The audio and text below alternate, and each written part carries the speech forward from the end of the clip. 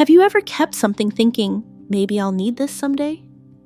6 months later, it's still sitting in a drawer, and your home still feels just as cluttered. So today I'm sharing 14 surprisingly weird things most of us forget to declutter, but once you let go of them, your space feels lighter, and so does your mind.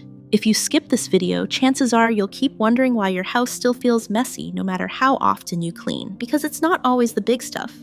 It's the tiny, forgotten things that quietly add to the chaos.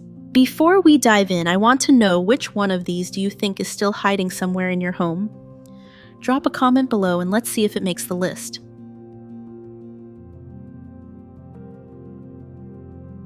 Let's talk about those plastic hangers that come with clothes from the store. You know, the ones cheap, squeaky, and oddly shaped. You bring home a new dress and that little hanger just tags along. You don't even mean to keep it, but into the closet it goes.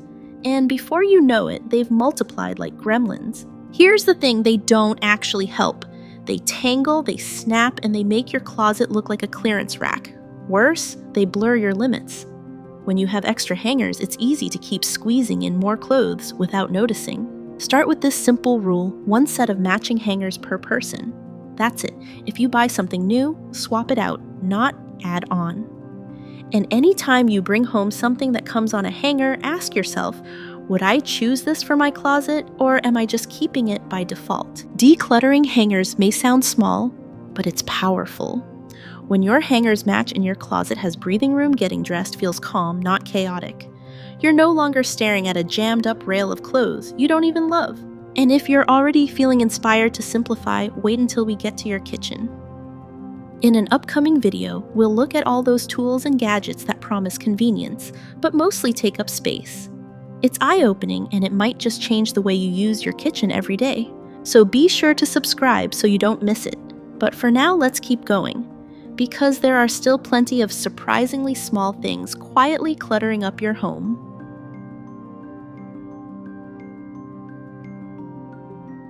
The next sneaky thing to declutter: tote bags.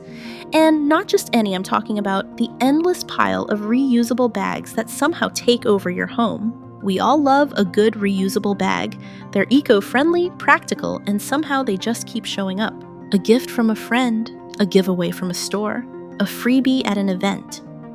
Before you know it, you've got a whole cupboard or car trunk overflowing with tote bags you didn't ask for and barely use. Give yourself a tote limit. Keep 3-4 that you truly use. 1 foldable bag in your purse, a few sturdy ones in your car for groceries. That's it. If you haven't reached for it in the last few months, you probably won't miss it. And someone else might actually need it more than you do. Decluttering tote bags isn't just about space. It's about mental clarity. You're no longer digging through a pile of half-used bags to find the one you actually like. Instead, you have what you need and nothing extra pulling at your attention.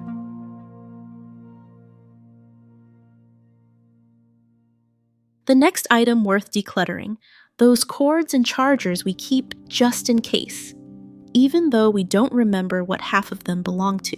I used to have a whole bin full of tangled wires, and honestly, it just made me avoid that drawer altogether. And yet, I still kept adding more to it. A backup phone cord here, a random USB there. Most of them didn't even match anything we owned anymore. What helped was pulling all of them out into one place. I grouped what I actually use: phone chargers, laptop cables, and kept just 1 or 2 of each type. Everything else out it went. And if something really important turns up later, chances are I can replace the cord for under $15 anyway. The best part, now when I open that drawer, I know exactly what's in there, and I don't feel that low-level frustration anymore. It's a small win, but it clears more space than you think.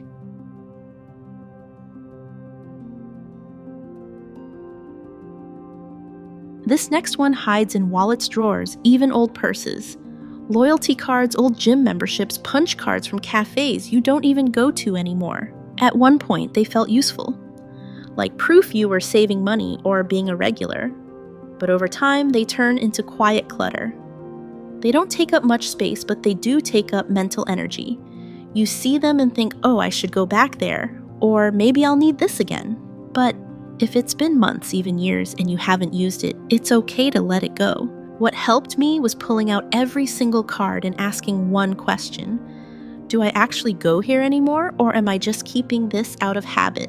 If the answer was no, it went, even if I felt silly for holding on to it so long. Most places will give you a new card if you ever go back. And if you're like me, half the time you forget to use them anyway. Now, my wallet feels lighter, and so does my brain. I'm not carrying around little reminders of things I'm no longer doing. Just the essentials. Just what supports the life I actually live now.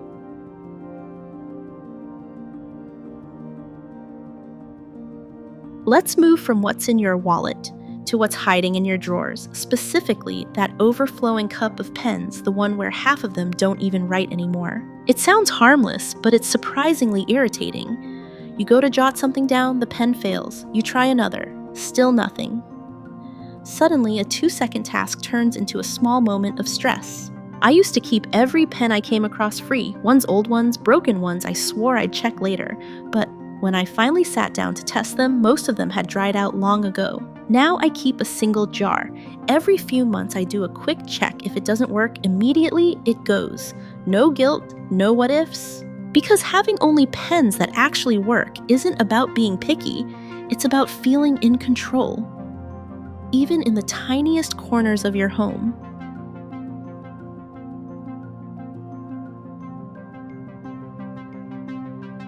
Now let's peek into that closet or drawer that holds all your "maybe I'll need this someday" gift supplies. You know, the one it's filled with crinkled tissue paper, half-used rolls of wrapping paper, and gift bags from 5 birthdays ago. At first it feels smart to keep them. Why waste, right? But here's what I noticed when the holidays actually came around. I wanted new patterns anyway. And I always forgot what I already had. So the pile kept growing and the guilt along with it. Eventually, I gave myself a limit 1 medium-sized basket. If it didn't fit, something had to go. I kept a handful of neutral bags and tissue I could reuse for any occasion, birthday baby, thank you, and let go of the rest. And honestly, no one cares if a bag says happy birthday and the gift is for a housewarming. What people remember is the thought, not the packaging. When you reduce this kind of clutter, you're not just saving space, you're letting go of the pressure to do things perfectly. And that feels really, really good.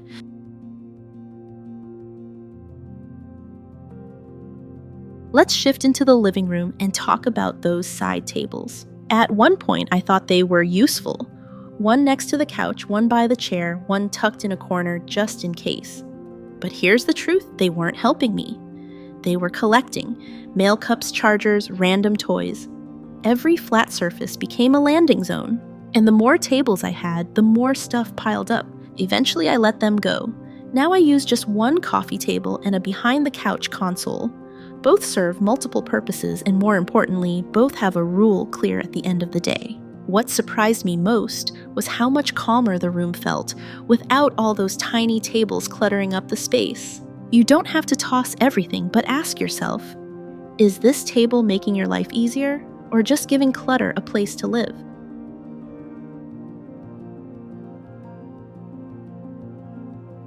Now let's open the fridge, not for a snack, but to finally deal with the sauces and jars hiding in the back.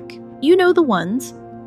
That chili paste from 2 Christmases ago, the soy sauce you bought just in case, even though there are already 2 open bottles, and the salad dressing you didn't even like but kept anyway. For a long time, I told myself these didn't count as clutter. They're food, right? Useful, but here's what I realized. If it's expired or untouched for months, it's not useful. It's just taking up cold storage and making your fridge feel more chaotic. What helped was doing a full sweep just once a month. Check labels, smell when needed, let go of the guilt. I started using a simple bin for open sauces so I could actually see what I had and stopped buying duplicates by accident. And honestly, a clean fridge feels different, lighter, calmer. Like your kitchen is actually working with you, not against you. So next time you open the fridge, ask what here is still serving you and what's just sitting there out of habit.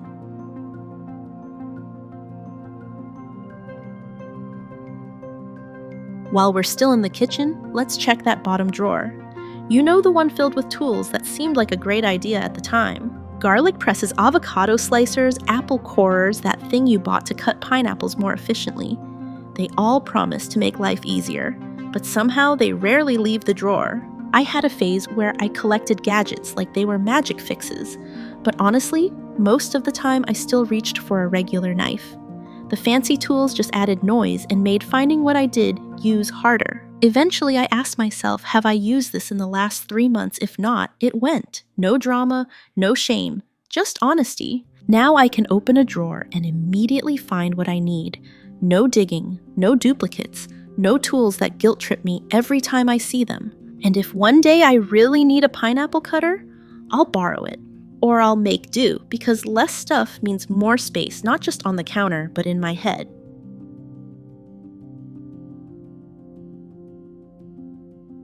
Next up, that drawer or box filled with tech you've quietly outgrown. Old phone cases you didn't like, devices that no longer hold a charge, chargers for models you haven't used in years, but for some reason, it's all still there. I used to hang on to this stuff thinking, maybe I'll need it again, maybe I'll pass it down, maybe I'll fix it someday. But those maybes added up, and all they really gave me was a tangle of forgotten electronics and a vague sense of guilt. Here's what helped. I gathered everything, checked what was still working, and donated the cases that were in good shape. For the devices, I took a few minutes to factory reset them and drop them off at a local recycling point. It wasn't hard, just one of those things I'd put off for years. Now that space is clear. And honestly, it feels good to know I'm not carrying around a tech graveyard anymore. When something no longer fits your life, it's okay to release it, even if it once felt essential.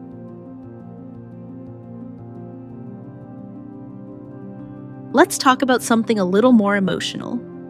The projects we meant to finish, but never quite did. Maybe it's a half-knitted scarf, or that DIY home decor kit you were excited about until it got pushed to the back of the closet. Scrapbook supplies, yarn, paint, wood glue, beads, ribbon, all waiting for one day. I've been there. At one point, I had a whole bin of unfinished projects I felt guilty just looking at. The intention was good, creative, even therapeutic. But in reality, they became clutter dressed up as possibility. Here's the question that helped me most. If I had free time this weekend, would I honestly want to pick this up again? If the answer was no, I let it go and gave myself permission to move on. You don't have to keep materials for hobbies you've outgrown, and you don't have to finish every project you start, especially if it's become a source of stress. You're not quitting. You're choosing peace. And if creativity is still something you value, you'll find other ways to express it in a way that fits your real life now.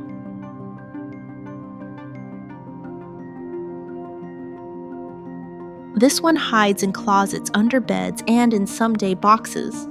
Empty picture frames, the ones we picked up on sale or received as gifts, are kept because one day I'll find the perfect photo for this. But that day doesn't always come.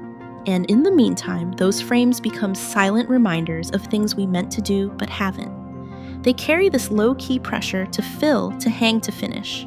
I used to have a small stash of them. Some were beautiful, some were cheap, but all of them sat unused for years. And every time I opened the drawer, I felt a little overwhelmed, like I was behind on my own life. Here's what helped. I pulled them all out and laid them on the floor.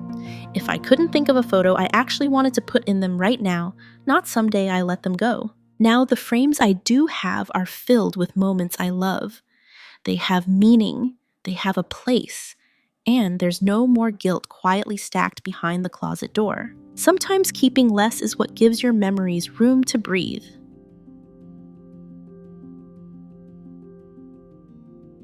This one lives in tiny Ziploc fabric drawers, or that one random tin you forgot about. Spare buttons, clothing tags, little extras that come attached to new clothes and almost always get tucked away just in case. I used to keep them all. I had a whole envelope of mystery buttons, each one supposedly matching something I owned, though I couldn't tell you what, and the tags for items I already wore and loved.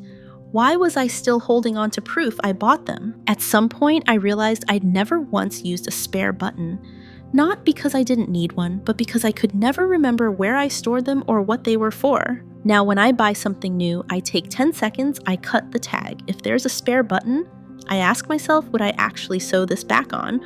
Or would I replace the item? If I'm being honest, it's usually the latter. So I let them go. No more collecting just in case for a future version of me that probably doesn't exist. When we let go of tiny clutter, we reclaim tiny moments of peace. And those add up.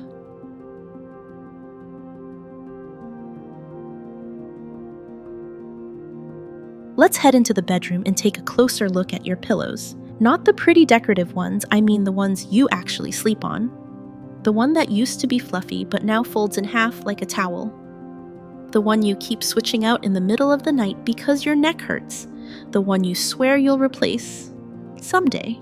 I held on to mine for way too long. Partly out of habit, partly out of guilt, because pillows can feel expensive or wasteful to toss. But when I finally replaced mine with one that truly supported me, I realized how much my sleep had been suffering without me even noticing. You don't have to splurge, but you do deserve a pillow that doesn't fight your rest. Try this. Lay out all your pillows, test them like you were shopping for the first time. Which ones would you actually choose again? Keep those. Let the rest go. Because good sleep is not a luxury, it's a foundation.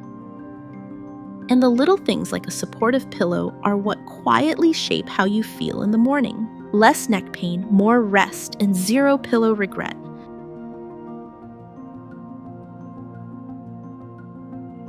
So there you have it, things that might seem small or harmless but quietly add clutter, noise, and stress to your everyday spaces.